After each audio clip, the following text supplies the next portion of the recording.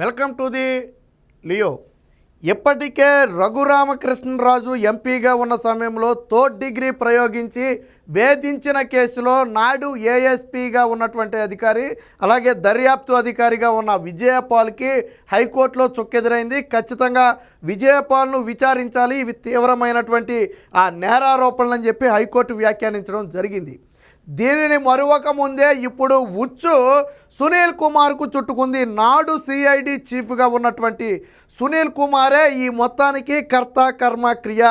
అనేక సందర్భాల్లో రఘురామకృష్ణరాజు చాలా స్పష్టంగా చెప్పాడు, సునీల్ కుమార్ను ఎట్టి పరిస్థితుల్లో వదిలిపెట్టే ప్రసక్తే లేదు అని. అన్నట్టుగానే ఈరోజు సునీల్ కుమార్ అయితే అడ్డంగా దొరికిపోయాడు. ఇప్పటి వరకు రఘురామకృష్ణరాజుని వేధించాడా లేదా అనేది ఒక ప్రశ్నలాగా ఉండేది. వీళ్ళు కొట్టారు అనేవాళ్ళు, పోలీసులు మేము కొట్టలేదు అనేవాళ్ళు. కానీ ఈరోజు ఈ ప్రశ్నకు ఒక స్పష్టమైన క్లారిటీ వచ్చింది. ఆ రోజు రఘురామకృష్ణరాజుని వేధించిన మాట నిజమే. ఇది ఎవరో చెప్పింది కాదు, పోలీసు అధికారులే ఒప్పుకున్నారు. నాడు సిఐడిలో ఉండి రఘురామకృష్ణరాజు కేసు విషయంలో ఉన్నటువంటి అధికారులు, అక్కడ ఉన్నటువంటి ఇతర సిబ్బంది ఈరోజు పోలీసుల విచారణలో మొత్తం కూడా బయట పెట్టడం జరిగింది. విచిత్రం ఏంటంటే సిఐడి సునీల్ నాడు స్వయంగా దగ్గర ఉండి రఘురామకృష్ణరాజును కొట్టించాడు. కొట్టించటమే కాదు, సిఐడి సునీల్ మాస్కు వేసుకున్న ఒక నలుగురిని కూడా తీసుకుని వచ్చి చీపించాడంట. ఎవరా నలుగురు అనేది ఇక్కడ చాలా కీలకమైనటువంటి ప్రశ్న. ఆ రోజు సెంట్రీగా ఉన్నటువంటి ఆ వ్యక్తిని విచారించిన అదే విషయం చెప్పాడు. తర్వాత దర్యాప్తు లోన పోలీసులు రఘురామకృష్ణరాజుని కొట్టే సమయంలో ఉన్నటువంటి పోలీసులు కూడా అదే చెప్పారు. ఒక నలుగురు వ్యక్తులు మాస్కు వేసుకుని సునీల్ కుమార్ వెంట వచ్చారు, కానీ వాళ్ళు ఎవరు అనేది మాకు తెలియదు. అప్పటి వరకు ఫోన్లో డైరెక్షన్ ఇచ్చినటువంటి సునీలు ఏకంగా డైరెక్ట్గా మా దగ్గరికే వచ్చాడు. వీడియో కాల్ ద్వారా చూపించిన మాట కూడా వాస్తవమే. అటుపక్క ఎవరు చూస్తున్నారో తెలియదు, కానీ వాట్సాప్ కాల్ ద్వారా, వీడియో కాల్ ద్వారా రఘురామకృష్ణరాజుని వేధించిన ఘటనలను కొంతమందికి చూపించిన మాట కూడా నిజమేనని చెప్పి పోలీసు అధికారులు తమ వాంగ్మూలం ఇవ్వటంతో ఇప్పుడు సునీల్ కుమార్ మెడకు ఉచ్చు బిగుసుకుంది. ఇక ఎట్టి పరిస్థితుల్లో తప్పించుకోలేడు. ఆ రోజు విచారణలో పాల్గొన్నటువంటి సిఐలు, దాదాపు 4 సిఐలు, 3 ఎస్ఐలు తమ వాంగ్మూలాలను ఇచ్చారు, సెంట్రీ వాంగ్మూలం ఇచ్చారు. దీనికి టెక్నికల్ ఆధారాలు కూడా పోలీసులు, నగరపాలెం పోలీసులు సేకరిస్తున్నారు. ఏంటి అంటే వాళ్ళు ఒక టైము, ఒక డేటు ఆ రోజు చెప్పారు. 2021 మే 14 అనుకుంటారు రఘురామకృష్ణరాజుని అరెస్ట్ చేసింది. వాళ్ళు ఒక టైం కూడా చెప్పారు. ఆ టైంలో సిఐడి అధికారిగా ఉన్నటువంటి సునీల్ది ఫోన్ లొకేషన్ ఎక్కడుంది అనేది కూడా పోలీసులు ట్రేస్ చేస్తున్నారు.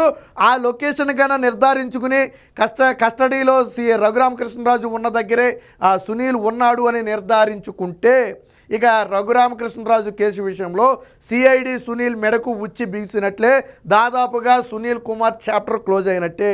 ఎందుకంటే నిన్న హైకోర్టు కూడా చాలా ఘాటైన వ్యాఖ్యలు చేసింది. మీకు పవర్ ఇచ్చింది ఇష్టం వచ్చినట్టుగా వ్యవహరించడానికి కాదు, రఘురామకృష్ణరాజుపై శారీరక దాడి చేయటం అనేది చాలా తీవ్రమైనటువంటి నేరారోపణ ఉన్నటువంటి కేసు. ఒక ఎంపీ విషయంలోనే ఇలా ప్రవర్తిస్తే ఇక సాధారణ ప్రజల పరిస్థితి ఏంటని చెప్పి హైకోర్టు ఘాటైన వ్యాఖ్యలు చేసి విజయపాల్కి ముందస్తు బెయిల్ ఇవ్వడానికి నిరాకరించడమే కాకుండా అదుపులోకి తీసుకుని విచారించాలని చెప్పి ఆదేశాలు కూడా జారీ చేసింది. సో అంత సీరియస్ కేసులో ఈరోజు నాడు సిఐడి చీఫ్గా ఉన్నటువంటి సునీల్ కుమార్ అయితే అడ్డంగా దొరికిపోయాడు. మొత్తం కూడా సునీల్ కుమార్ మెడకు చుట్టుకోబోతుంది. ఇప్పుడు సునీల్ కుమార్ దొరికితే ఎవరి పేరు బయట పెడతాడో చూడాలి. ఆల్రెడీ విజయపాల్ అజ్ఞాతంలో ఉన్నాడు, దొరకట్లేదు. పైగా టచ్ ఫోన్లు వాడకుండా కీప్యాడ్ ఫోన్లు వాడుతున్నాడని పోలీసులే చెప్తున్నారు. లొకేషన్ ట్రేస్ చేయకుండా జాగ్రత్త పడుతున్నారు.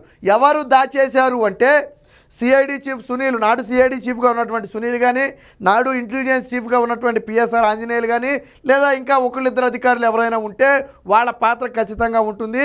విజయపాల్ దొరికితే వీళ్ళు దొరికిపోతారు. ఎందుకంటే దర్యాప్తు అధికారి విజయపాలే. ఆ రోజు కస్టడీలో ఏం జరిగిందనేది పిన్ టు పిన్ విజయపాల్కి తెలుసు. ఆ రోజు ఎవరు వచ్చారు, ఎవరు కొట్టించారు, ఎవరు వీడియో కాల్ చేశారు, ఎవరికి చేసి చూపించారు, ఇవన్నీ కూడా విజయపాల్కి తెలుసు. కాబట్టి విచారణ చేయడానికి ఇంటికి నోటీసులు పంపితే ఇంటికాడ లేడు, అలాగని చెప్పి ఎంక్వైరీ చేస్తే ఎక్కడ అడ్రస్ కూడా దొరకటం లేదు, తెలియదని చెప్తున్నారు. అంటే అజ్ఞాతంలోకి ఆల్రెడీ విజయపాల్ని పంపారు. విచిత్రం ఏంటంటే విజయపాల్ ఏఎస్పీగా రిటైర్ అయిన తర్వాత కూడా ఓఎస్డీగా జగన్మోహన్ రెడ్డి పోస్టింగ్ ఇచ్చాడు. ఎందుకు ఇచ్చాడంటే నాడు రఘురామకృష్ణరాజుని టార్చర్ చేయడంలో దర్యాప్తు అధికారి ఈయనే కాబట్టి ఆ పోస్టింగ్ కూడా ఇచ్చారు. సో దీనికి సంబంధించిన ఒక వార్త అయితే వచ్చింది, ఒకసారి చూద్దాం. కస్టడీలో రఘురామకు చిత్రహింసలు నిజమే, కొడుతూ ఆ వీడియో కాల్లో తమ చీఫ్కు చూపామన్న సిఐడి పోలీసులు. సో సిఐడిలో కొంతమంది సిబ్బంది వీడియో కాల్ని సునీల్ కుమార్కి చూపించారట. కొంత సమయం తర్వాత డైరెక్ట్గా సునీల్ కుమారే వచ్చేసాడు, అది కూడా ఉంటుంది ఇక్కడ. సో ముసుగేసుకున్న నలుగురితో కలిసి సిఐడి చీఫ్ వచ్చారన్న సెంట్రీ అంటే ఆ రోజు మొత్తం రికార్డ్స్ రాసుకుంటారు కదా, ఎవరు వచ్చారు ఎవరు వెళ్ళారు అనేది. సో ఆయన చెప్పినటువంటి వాంగ్మూలం అది. అందరి నుంచి వాంగ్మూలాలు తీసుకున్న గుంటూరు పోలీసులు కొలిక్కి వచ్చిన దర్యాప్తు అడ్డంగా బుక్ అయిన నాటి chiefs CID chief Sunil. So వైకాపా ప్రభుత్వ హయాంలో మాజీ ఎంపీ ప్రస్తుత ఉండి నియోజకవర్గ ఎమ్మెల్యే రఘురామకృష్ణను పోలీస్ కస్టడీలో చిత్రహింసలకు గురి చేసిన కేసులో నాటి సిఐడి చీఫ్ సునీల్ అడ్డంగా బుక్ అయ్యారు. ఉన్నతాధికారుల ఆదేశాల మేరకే రఘురామను కొడుతూ వీడియో కాల్లో సిఐడి బాస్కు చూపించామని, అంటే సునీల్కు చూపించామని అప్పట్లో విధులు నిర్వహించిన సిఐ, ఎస్ఐ, ఇతర సిబ్బంది ఒప్పుకున్నారు. పోలీసులు కొట్టడం అయితే కొట్టడం అంటే అలా ఇలా కాదు, కాల్ కట్ చేసి వచ్చి ఆయన తన సిబ్బందితో నేరుగా రఘురామన్ నిర్బంధించిన గదిలోకి వచ్చి దగ్గరుండి కొట్టించారు అని తెలిపారు. దీనికి సంబంధించి గుంటూరు పోలీసులు అయితే పక్కా సమాచారం సేకరించారు. ప్రస్తుతానికి సెల్ ఫోన్ లొకేషన్ కూడా సేకరించారు, అది విశ్లేషణ చేస్తున్నట్టున్నారు. ఆ సమయానికి ఒకవేళ సిఐడి చీఫ్గానే రఘురామకృష్ణరాజు ఉన్న దగ్గరే ఉన్నాడు అంటే ఈ కేసు చాలా బలమైన సాక్ష్యం అవుతుంది. అది రెండోది, పోలీస్ డైరెక్ట్గా ఆ రోజు ఉన్నటువంటి అధికారులే వాంగ్మూలం ఇచ్చాక ఇక సిఐడి చీఫ్ చేసేదేమి ఉండదు. అక్కడ 4 సిఐలు 3 ఎస్ఐలతో పాటు ఇతర సిబ్బంది కూడా వాంగ్మూలం ఇచ్చారు. ఆల్రెడీ మేము వీడియో కాల్లో చూపుతుంటే కాల్ కట్ చేసి ఆయనే స్వయంగా వచ్చేసాడు, వచ్చి దగ్గరుండి ఇంకా కొట్టించాడు. ఈయన కూడా కొంతమందికి కాల్ చేసి చూపించాడు, ఎవరికి చూపించారో తెలియదు, ఈయన కూడా చూపించాడు. ఒక 4 మాస్క్ వేసుకున్న వ్యక్తులను కూడా తీసుకొచ్చాడు. ఎవరా 4 అనేది ఇక్కడ ప్రశ్న. సజ్జల రామకృష్ణరాజు లేకపోతే వీళ్ళని ఎవరినైనా తీసుకొచ్చి చూపించాడా అనేది ఇక్కడ ప్రశ్న. ఎందుకనంటే 4 వ్యక్తులకి మాస్క్ వేశారు అంటే ఖచ్చితంగా పోలీసులు కాదు.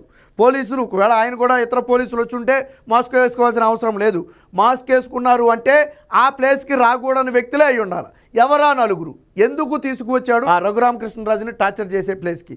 ఇలా 1 కాదు 2 కాదు అనేక అనుమానాలు ఉన్నాయి. ఇక ఇదే సమయంలో గుంటూరు జీజీహెచ్ సూపరింటెండెంట్గా ఉన్నటువంటి ప్రభావతి మెడకు కూడా ఉచ్చు బిగుసుకోబోతుంది.